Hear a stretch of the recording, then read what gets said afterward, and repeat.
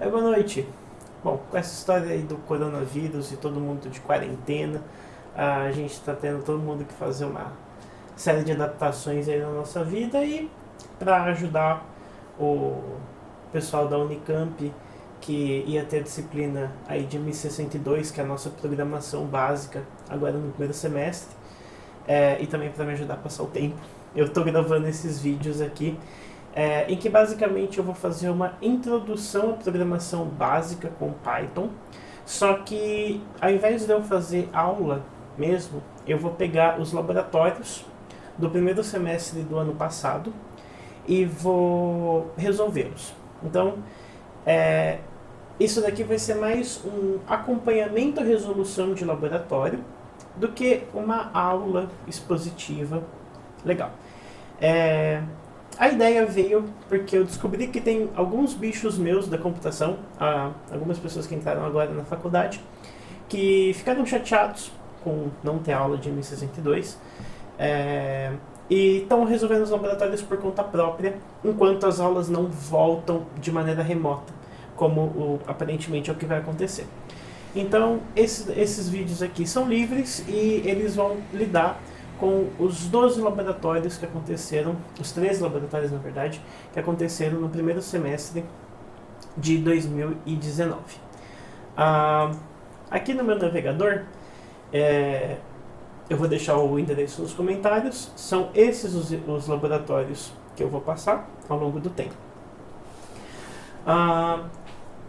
Como que isso vai acontecer? Eu vou abrir um desses laboratórios, vou resolver em ordem no meu editor e eu vou explicando alguns conceitos conforme for necessário dentro daquele laboratório.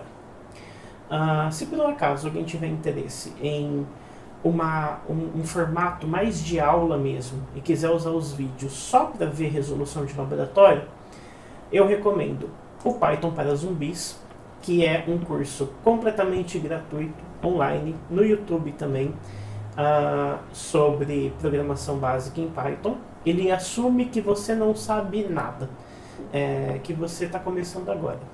Vou deixar o link nos comentários. O Think Python é um livro completo, gratuito na internet. Ele tem a tradução para você comprar na Amazon. Vou deixar o link tanto para a versão original em inglês gratuita, como a versão para compra para quem quiser.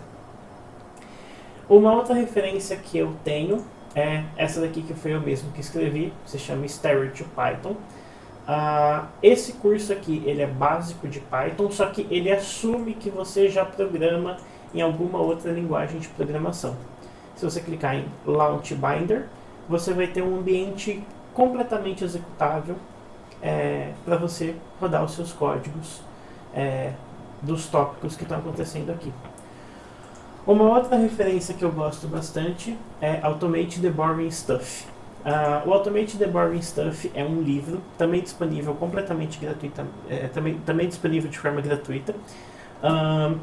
Nesse livro, o autor, que é o Al Schweigart, um pythoneiro aí muito querido na comunidade, ele vai lidar na primeira parte do livro com programação básica e na segunda parte ele lida com como automatizar coisas usando programação, como por exemplo trabalhar com PDF ou mexer com seu e-mail, manipular imagens, etc. Essas são as referências que eu gosto. Vou colocar todas elas nos comentários depois. Uma coisa para a gente começar é a instalação do Python. Se você usa Linux ou se você usa Mac, provavelmente você já tem o Python instalado. Se você usa Windows, você vai precisar vir aqui em Downloads, o site é o python.org, e você vai baixar e executar a instalação. É uma instalação sem grandes segredos, aqueles menuzinhos Next, Next, Next, Finish. Uma coisa que eu quero chamar a atenção de vocês é sobre a versão do Python. O Python 2.7 ele não é mais mantido. O Python 3 é o Python que a gente vai usar tanto nesses vídeos, como é o Python que faz sentido ser usado em projetos novos. Eu faço uma discussão um pouco maior dessas diferenças na introdução do Story to Python, se alguém tiver interesse, pode ler aqui, tem um comentário um pouco maior sobre a diferença entre as versões. Eu chamo a atenção porque existem mudanças na linguagem. Eu não me lembro. Aqui, Python 2 ou 3, tem uma seção sobre isso. Se eu vier aqui no meu terminal, se você usa Linux, provavelmente apertando Ctrl Alt T vai abrir o terminal, ou você pode ir no seu menu iniciar ali. Se eu digitar só Python, eu vou ter um ambiente interativo aqui e vocês podem ver que eu estou rodando Python 3. Eu vou matar apertando Ctrl D e agora eu vou digitar Python 2. Aqui eu estou rodando Python 2. Nessa versão do Python, eu posso fazer um comando tipo assim. Isso é válido. Se eu for no outro Python e digitar print oi do mesmo jeito, eu vou ter um erro. Porque no Python 3 a gente precisa de um parênteses. Aí ele funciona. Então a gente vê que simplesmente mudando a versão do código, mudando a versão do Python, o mesmo código deixou de funcionar. Essa é uma diferença. Existem outras. Esse curso vai ser voltado só para o Python 3. E observe uma coisa. Aqui eu digitei Python e ele carregou 3. Isso não é comum na maioria dos sistemas. Normalmente você vai digitar Python e vai carregar o Python 2. E vai ter um comando à parte, chamado Python 3, para você carregar o Python 3. Se você está no sistema Linux, uma forma legal de você descobrir quais versões de Python estão disponíveis é apertar Python, digitar Python e apertar a tecla Tab. Você vai ver alguma forma de menu de autocompleção. No caso aqui, ele autocompleta com várias opções para mim. Algumas não estão aparecendo aí na tela, mas eu tenho até Python 3.6, Python 3.7. Isso vai depender da sua distribuição. Para o Windows é só você clicar na última, fazer o download e executar a instalação normalzinho. Next, next, next, finish e etc. Qualquer dúvida deixa nos comentários, eu vou procurar ajudar conforme eu tiver tempo de também ler os comentários e responder. Para editar código, eu recomendo o Visual Studio Code. Vou deixar o link também na descrição. Ele é compatível com Windows, Linux, Mac. Você consegue instalar e rodar ele de qualquer forma. Ele tem um suporte muito bom para Python, porque membros bem importantes da comunidade Python trabalham no time do VS Code. Eles colaboram com a Microsoft no desenvolvimento, são funcionários da Microsoft, na verdade. São pessoas que atuam bastante no desenvolvimento da linguagem Python mesmo e também trabalham no desenvolvimento do Visual Studio Code. Então é um dos editores com melhor suporte para Python que eu conheço. Apesar de eu amar o Vim, eu não recomendo o Vim para quem está começando. Ele é um editor um pouquinho árduo. Bom, vamos então para o nosso primeiro laboratório, que é o famoso Hello World, o Oi Mundo. O Oi Mundo é um dos laboratórios mais básicos que tem em qualquer linguagem de programação.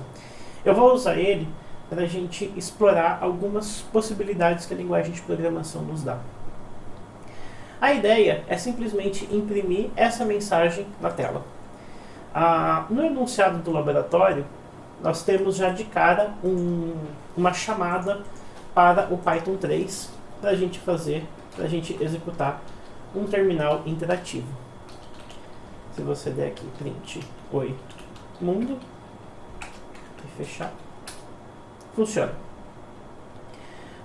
Eu particularmente, eu não costumo, eu uso muito Python interativo aqui no terminal antes de salvar o código num arquivo para testar coisas. A gente vai ver conforme o tempo passa que a linguagem de programação Python possui algumas coisas que às vezes, toda linguagem de programação na verdade, às vezes a gente precisa pensar e tentar lembrar como que funciona. Então eu usualmente no meu dia a dia eu venho aqui, testo rapidinho alguma coisa e vejo. Só que eu não costumo usar o Python padrão para fazer isso. Eu costumo usar esse outro carinha aqui chamado IPython, com i na frente. Eu gosto do IPython porque, primeiro, ele colore a sintaxe. Vocês podem ver ali que o Oi Mundo mudou de cor, porque ele é um texto. A função print mudou de cor. E ele possui também um mecanismo de autocompleção muito bom. Se eu apertar Tab aqui, ele autocompleta com o meu print. Se eu colocar um ponto de interrogação, por exemplo, e der Enter, ele me dá a documentação daquela função. Deixa eu puxar aqui um pouco mais para o lado. Opa.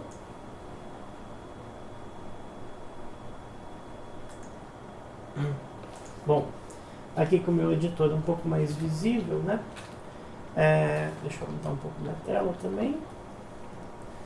Se eu digitar print interrogação, eu vejo toda a documentação aí da função print. Isso é uma coisa muito útil quando a gente está programando. Ninguém lembra tudo sempre. A gente consulta a documentação. Isso é uma coisa fundamental de você escrever código bem. Bom, esse laboratório é muito simples de ser resolvido, até porque a resposta dele já está aqui. Vamos então salvar esse arquivo, isso em algum arquivo, para facilitar a nossa vida. Para isso, eu vou usar agora o nosso VS Code. Se você instalou e abriu ele, você deve estar vendo uma tela assim. Eu vou simplesmente colar aquela string que estava ali fora e vou salvar ela. No caso, eu criei uma pastinha aqui chamada labs e eu vou chamar ela como lab00.py. A extensão .py é importante. Vocês veem que no momento que eu salvei, o VS Code já detectou que eu estou rodando Python. Ele já está iniciando umas coisas aqui de extensão que a gente vai mexer um pouco, pode ser útil depois. Se não está aparecendo nada de extensão ou coisa do tipo, se você clicar aqui em Extensions, você vai ver todo o marketplace de extensões dele. E provavelmente para você vai estar aparecendo como recomendação instalar a extensão Python oficial, que é essa daqui. Ela tem essa estrelinha bonitinha e ela permite que você faça um monte de coisa legal, como a gente vai explorar depois. Apertando a tecla Ctrl B de bola, você oculta aquele menu lateral ali, como a gente pode ver aqui com arquivos. E também a gente tem aqui a documentação, a mesma documentação que a gente viu ali do lado direito, a gente tem aqui. Com o tempo a gente vai ver como escrever essa documentação também do nosso próprio código. Salvado lá do lab00.py, eu vou agora voltar para o nosso terminal. Eu vou matar o IPython com Ctrl D de dado. Se eu der o comando ls, eu estou aqui na pasta lab00. Eu vejo ali o arquivo lab00. Eu posso dar então Python ou Python 3, dependendo da sua máquina, lab00.py, e o arquivo roda. Formas como isso pode dar errado. Se você, por exemplo, esquecer de... Deixa eu agora voltar o meu terminal para o cantinho dele aqui, para a gente conseguir ver terminal e editor lado a lado. Eu não sou bom nessa história de streaming, galera. Eu não sou youtubeiro. Estou começando agora. Deixa eu redimensionar isso daqui. Colocar o meu VS Code aqui. Pronto. Agora a gente tem as coisas um pouco mais lado a lado. Por exemplo, se eu esquecer de fechar esse string aqui, o meu próprio VS Code já colocou uma cobrinha aqui embaixo, como se fosse no Word, para me indicar que tem alguma coisa errada. Se eu tentar rodar, mensagens de erro é uma coisa que a gente vai ver muito na nossa vida de programador. E tem muita gente que tem mania de ver uma mensagem de erro, limpa a tela e finge que não aconteceu nada. Meu Deus, como assim? Tem alguma coisa errada ali. Só que na verdade as mensagens de erro elas são muito úteis. E aqui a gente tem uma mensagem de erro bem clara. Aponta onde o erro aconteceu, no caso foi esse parênteses. É um erro de sintaxe, EOL, Isso daqui em inglês significa fim da linha. Fim da linha enquanto escaneando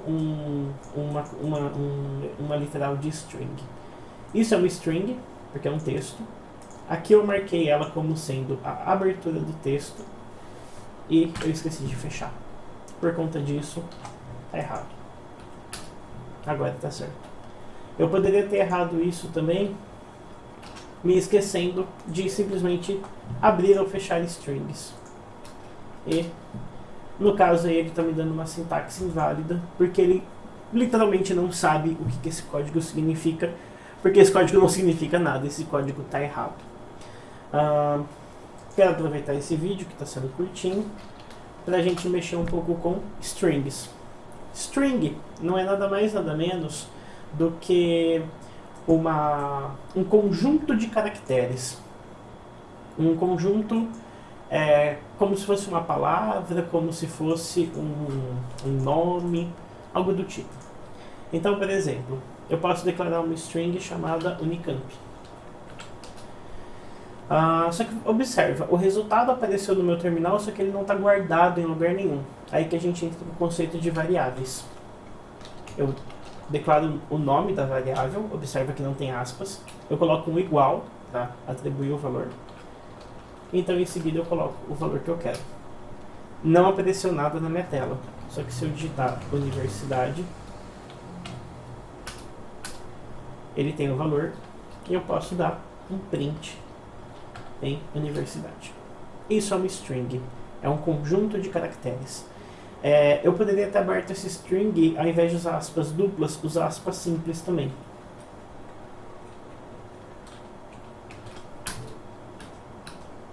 Para quem nunca mexeu com isso, eu estou usando setinha para cima e setinha para baixo para navegar no meu histórico.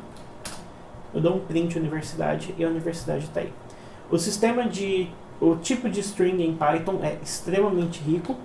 Se você digitar o nome da variável universidade, ponto, e apertar um tab, você vai ver o tanto de funcionalidades que uma string em Python tem.